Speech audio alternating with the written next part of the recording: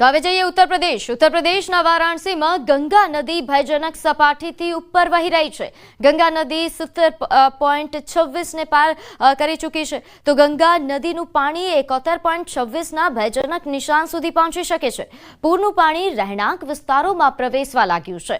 એનડીઆરએફની ટીમો સતત પૂરગ્રસ્ત વિસ્તારોની મુલાકાત લઈ રહી છે અને રાહત સામગ્રી પૂરી પાડી રહી છે।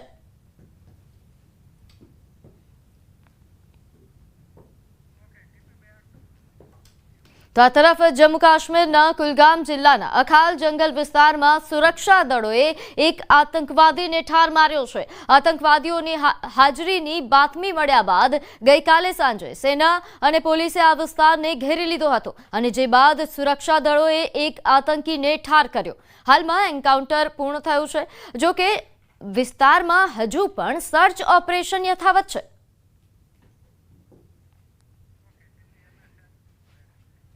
હવે વાત કરીએ મહેસાણાની। મહેસાણામાં રખડતા ઢોરે વધુ એક જીવ લીધો। બહુચરાજીના કનોડ ગામની ઘટના સામે આવી છે। સમગ્ર ઘટનાના સીસીટીવી પણ સામે આવ્યા। આખલાએ હુમલો કરતા 75 વર્ષીય વૃદ્ધનું કરુણ મોત નીપજ્યું।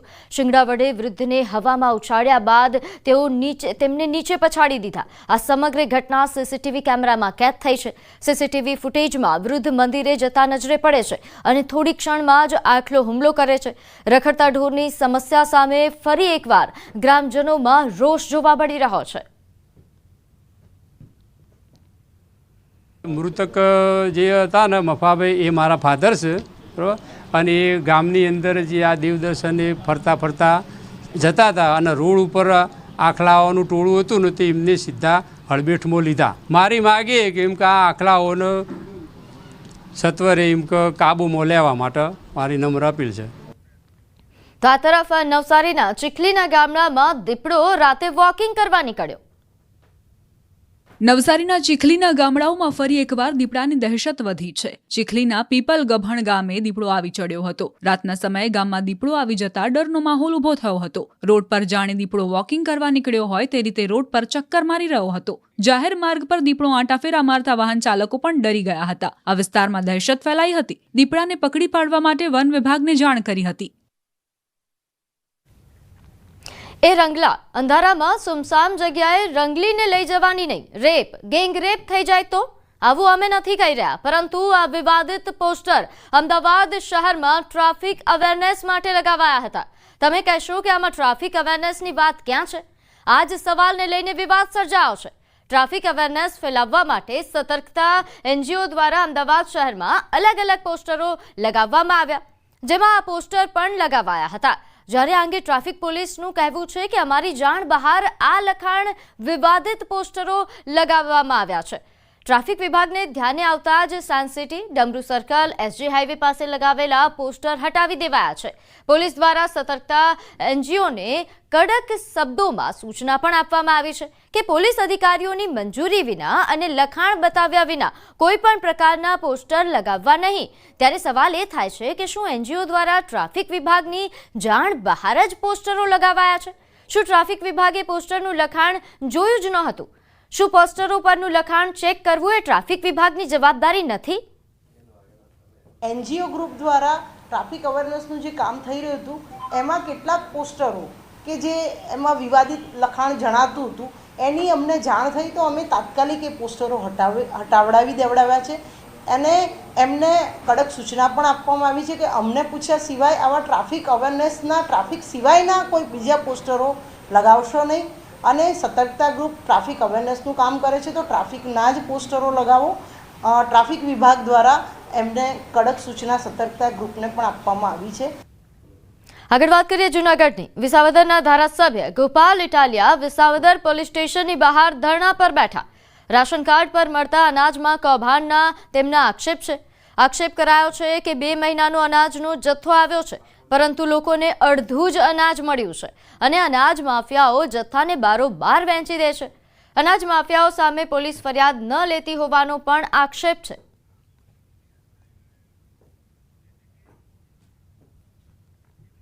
ગરીબ લોકોને પોતાનું ઘર મળે તે માટે સરકાર દ્વારા આવાસ યોજના શરૂ કરાઈ। યોજના થકી જરૂરિયાતમંદોને ઘરનું ઘર પણ ફાળવાય છે।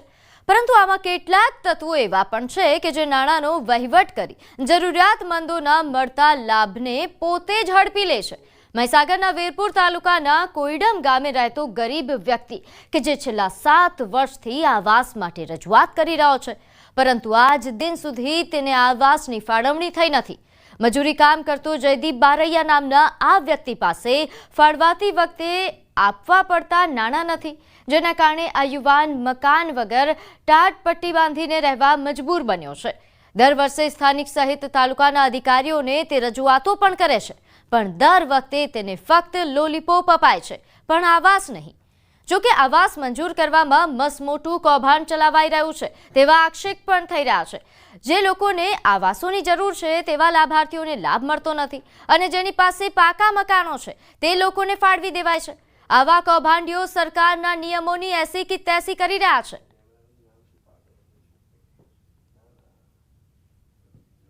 મકાન મંજૂર થતું નથી, પૈસા ભરી હતા મંજૂર નથી થતું. 8 વાર તો સાપડા પડી રહ્યા, મંજૂર જ થતી. મારી પાસે રજૂઆત હમણાં જ આવી છે એટલે હું આની વિશેષમાં ડિટેલમાં તપાસ કરાવી લઉં, પણ બને ત્યાં સુધી હમણાં જ સરકારશ્રી દ્વારા જે સર્વે કરવામાં આવે છે તો બધા જ આવાસોને આપણે કવર કરી લીધા છે, એટલે આમનું પણ આવાસ કવર કરી લીધું હશે. તેમ છતાં હું સ્થળ તપાસ કરાવી અને ખાતરી કરાવીને આનું નિરાકરણ લાવવાના પ્રયત્નો કરીશું. સરકારનો એક ઉદ્દેશ છે કે આવાસ ફાળવણીની અંદર જે ઘર વિહોણા હોય તેમને તે લાભાર્થીઓને ઘરનું ઘર મળે તે માટે સરકાર દ્વારા મોટી ગ્રાન્ટ ફાળવી અને તાલુકા અને પંચાયતને ફાળવવામાં આવે છે અને પંચાયત દ્વારા સર્વે કરવામાં આવે છે કે આવા ઘર વિહોણાના કેટલા લોકો હોય છે, પરંતુ આની અંદર પણ મોટો ભ્રષ્ટાચાર થતો હોય તેવું સામે આવ્યું છે. મહીસાગર જિલ્લાના વીરપુર તાલુકાના કોઈડમ ગામે કે જ્યાં 8 વર્ષથી ઘર વિહોણા યુવાન છે અને ટાટડું બાંધીને રહી રહ્યો છે. અનેક રજૂઆત બાદ પણ તેનું મકાન હજુ બન્યું નથી. દ્રશ્યો બતાવી રહ્યો છું મકાનના કે આપ જોઈ શકો છો કે ચારે બાજુ ટાટડું બાંધી અને રહી રહ્યો છે આ યુવાન. આપ દ્રશ્યો જોઈ શકો છો કે આ રીતે ટાટડા બાંધીને રહી રહ્યો છે, પરંતુ તંત્રને અનેક રજૂઆત બાદ પણ પરિસ્થિતિ તેની તે રહેવા પામી છે. કેટલાક ગ્રામ લોકો છે આપણી સાથે, તેમની સાથે વાત કરીશું. શું કહેશો, યુવાન કેટલા વર્ષથી આ રીતે આવી પરિસ્થિતિમાં રહી રહ્યો છે, મકાન નથી, ઇલેક્ટ્રિક લાઇટ નથી, અનેક રજૂઆત બાદ પણ પરિસ્થિતિ તેની તે રહી છે, શું કહેશો? શું? જયમલભાઈ આ ભાઈનું નામ છે. આ ભાઈ છેલ્લા 7 થી 8 વર્ષથી તો હું એના આ દશામાં જોઉં છું. દર ચોમાસું આવે નવી તાલપત્રી ઘર ઉપર નાખે અને પાછું ચોમાસું કાઢે. બીજી વસ્તુ, ફેરે 5 વર્ષથી તો ભાઈ પંચાયતના ઓટા ખાય જ છે કે સાહેબ મારું આવાસ, સાહેબ મારું આવાસ, પણ પંચાયતમાંથી ખાલી વચન આપવામાં આવે ભાઈ આ વખતે તારું થઈ જશે, આ વખતે તારું થઈ જશે. 5 વર્ષ સુધી એનું થયું નથી. પંચાયતમાં જે લોકોનો વધારે હોલ્ડ હોય, સરપંચો તલાટીઓ જોડે જેને સારા સંબંધ હોય એ લોકોને મળી ગયા છે. ભલે એમનું એક મકાન હોય તો બીજું બી મળ્યું છે એમને. આ વખતના દાખલા છે.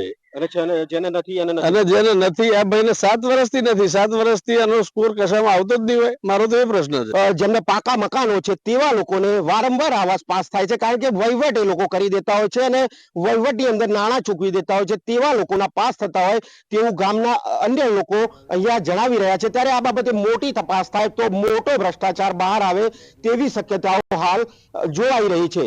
મિતેશ ભાટિયા, ન્યૂઝ 18 ગુજરાતી, મહીસાગર.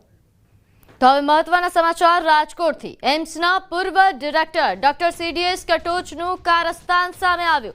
ડોક્ટર કટોચના ભ્રષ્ટાચારનો પર્દાફાશ થયો છે. પોતાના જ દિવ્યાંગ પુત્રને મેડિકલ ફિટ બતાવીને એમ્સમાં ક્લાસ 2 અધિકારી બનાવી દીધો. ડોક્ટર કટોચના પુત્ર ભાવેશ કટોચના બંને આંખમાં તકલીફ છે. ભાવેશ કટોચ પાસે ડિસેબિલિટી સર્ટિફિકેટ હોવા છતાં કઈ રીતે મેડિકલ ફિટ બનાવી દીધો? ભાવેશ કટોચને અહીં આંચકી ઉપડતા એમ્સમાં દવા પણ લીધી હોય તેવી વિગતો સામે આવી છે. ભાવેશ કટોચ 17 વર્ષથી આંચકીની દવા લેતો હોય તેવી વિગતો સામે આવી રહી છે. ભાવેશ કટોચ પાસે 60% ડિસેબિલિટી સર્ટિફિકેટ હોવા છતાં કઈ રીતે મેડિકલ ફિટ ગણાય? પૂર્વ વહીવટી અધિકારી જયદેવ વાળાએ પણ ખોટા ડોક્યુમેન્ટ્સના આધારે પોતાના ભાઈ રણજીત વાળાને નોકરી પર રાખ્યા હોવાના સમાચાર છે. એમ્સમાં ભરતીમાં મોટા કૌભાંડની આશંકા સેવાઈ રહી છે. એમ્સમાં મોટા ભાગની ભરતી પ્રક્રિયામાં ઘરના ભુવાને ઘરના જ દાખલા રાખીને મોટું કૌભાંડ ચલાવાઈ રહ્યું છે. આ આશંકાઓ વ્યક્ત થઈ રહી છે, જેને લઈને વધુ વિગત સાથે આપણી સાથે સંવાદદાતા અંકિત જોડાઈ ગયા છે. અંકિત, એમ્સમાં જે આ કૌભાંડ ચાલી રહ્યા છે, જે આશંકાઓ વ્યક્ત થઈ રહી છે, શું હકીકત? ચોક્કસ વાત કરવામાં આવે તો ગુજરાતની સૌપ્રથમ એમ્સ છે જે રાજકોટ શહેરની પાડોશમાં જ આવેલા પરાપીપળિયા ગામ ખાતે હાલ કાર્યરત છે। ત્યારે એમ્સના પ્રથમ ડિરેક્ટર છે તે ડોક્ટર CDS કટોચ બન્યા હતા અને ત્યારે રાજકોટ એમ્સની અંદર ભ્રષ્ટાચાર થતા હોવાનો પુરાવો છે તે સામે આવ્યો છે।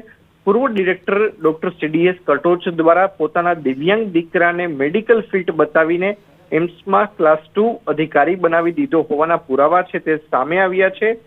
પૂર્વ ડિરેક્ટર CDS કટોચ દ્વારા પોતાના પુત્ર ભાવેશને આંચકીની તકલીફ હોવાનું તેમજ ડિસેબિલિટીનું સર્ટિફિકેટ હોવા છતાં તેને ભરતીમાં ફિટ જાહેર કરી દીધો હોવાનું છે તે સામે આવ્યું છે। સાથોસાથ થોડાક સમય પૂર્વે જયદેવ વાળા કે જે એડમિનિસ્ટ્રેટર તરીકે ફરજ બજાવતા હતા તેમની પણ હકાલપટ્ટી કરવામાં આવી છે। તેમણે પણ પોતાના ભાઈને ખોટા સર્ટિફિકેટના આધારે જુનિયર વોર્ડનની નોકરી અપાવી હોવાનું છે તે સામે આવ્યું છે। ત્યારે સમગ્ર મામલાના પુરાવા છે તે સામે આવી છે। ત્યારે સમગ્ર મામલે રાજકોટના સાંસદ પરસોત્તમ રૂપાલાનું નિવેદન પણ સામે આવ્યું છે। મીડિયા સાથેની વાતચીતમાં જે રાજકોટના સાંસદ છે પરસોત્તમ રૂપાલા તેમણે જણાવ્યું હતું કે એમ્સમાં જે ગેરકાયદેસર જે ભરતી ચાલી રહી છે અને જે ભરતી થઈ છે તે મામલે તેમને પણ ફરિયાદ મળી છે અને ફરિયાદના આધારે તેમના દ્વારા તપાસના આદેશ છે તે આપવામાં આવ્યા છે।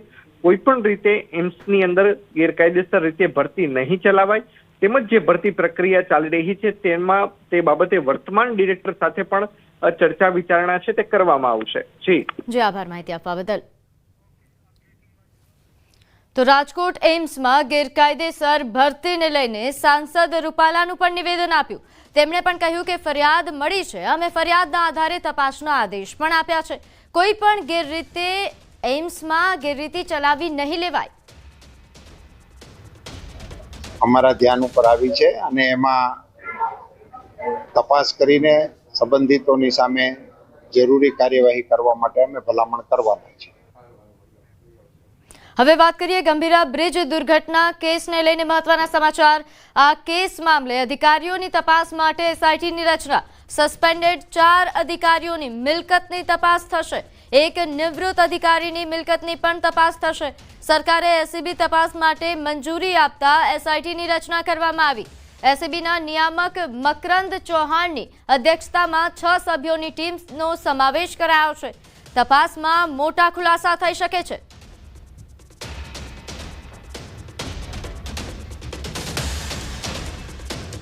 વાત કરીએ મહેસાણાની અર્બન બેંકની ચૂંટણીમાં NPA મામલે આક્ષેપો સામે આવ્યા છે। ડિરેક્ટર ઉપેન્દ્ર પટેલનું DM પટેલને સીધું સૂચન।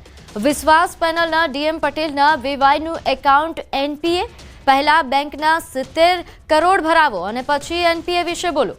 ઉપેન્દ્ર પટેલ દ્વારા કહેવામાં આવ્યું DM પટેલના VY AJ પટેલના 70 કરોડ બાકી છે તેવા પ્રકારના આક્ષેપ થઈ રહ્યા છે। સમગ્ર મામલે વિશ્વાસ પેનલના DM પટેલનું નિવેદન પણ સામે આવ્યું કે મારા સગાવાલાનું કોઈ NPA નથી।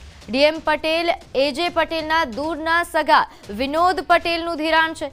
AJ પટેલ આ મામલે કરાયેલા આક્ષેપ ખોટા છે તેવા પ્રકારની વાત DM પટેલ દ્વારા કરવામાં આવી। પેનલમાંથી ડિરેક્ટર તરીકે ચૂંટણી લડી રહ્યા છે DM પટેલ, એમના વેવાઈ થાય છે તો એમનું લોંગ ટાઈમથી 2017થી આજ સુધીનું એમનું 45 કરોડની મૂડી હતી અને વ્યાજ ચડીને 70 કરોડ રૂપિયા જેવી માત્ર રકમ થઈ છે તો આને લોંગ ટાઈમનું NPA કહેવાય મિત્રો। તો મારે એ લોકોને કહેવું છે કે ભાઈ NPA ઘણા અલગ અલગ પ્રકારના હોય છે અને બધી બેંકોમાં નાના મોટા NPA હોય છે, પણ જ્યારે તમે પોતે જે બેંકમાં ચૂંટણી લડવા જઈ રહ્યા હોય અને તમારા જ સગાના આટલું બધું NPA જો બાકી હોય તો તમારે NPAના મુદ્દા ઉપર બોલવાની કોઈ તમારી જવાબદારી થતી નથી। મારા સગાવાળાનું કોઈ NPA નથી। AJ પટેલનું 70 કરોડ રૂપિયાનું NPA કોઈ AJ પટેલનું 70 કરોડનું છે જ નહીં। એમના દૂરના સગાઓ, એમાં વિનોદ પટેલની ભાગીદારી વાળા એમના દૂરના સગાઓ કદાચ હશે પણ એમાં વિનોદ પટેલની ભાગીદારીમાં છે અને વિનોદ પટેલે જ એ લોન ધિરાણ કરેલું છે અને એવડી મોટી કોઈ રકમ છે જ નહીં। હવે નજર કરીશું ટોપ 3 હેડલાઇન્સ પર। નર્મદા ડેમના 15 દરવાજા 3.80 મીટર ખોલાયા। અમદાવાદના યુવકનું આબુમાં સેલ્ફી લેતા ખીણમાં પડતા મોત। ગંભીરા બ્રિજ દુર્ઘટના કેસમાં અધિકારીઓના મિલકતની તપાસ માટે SITની રચના।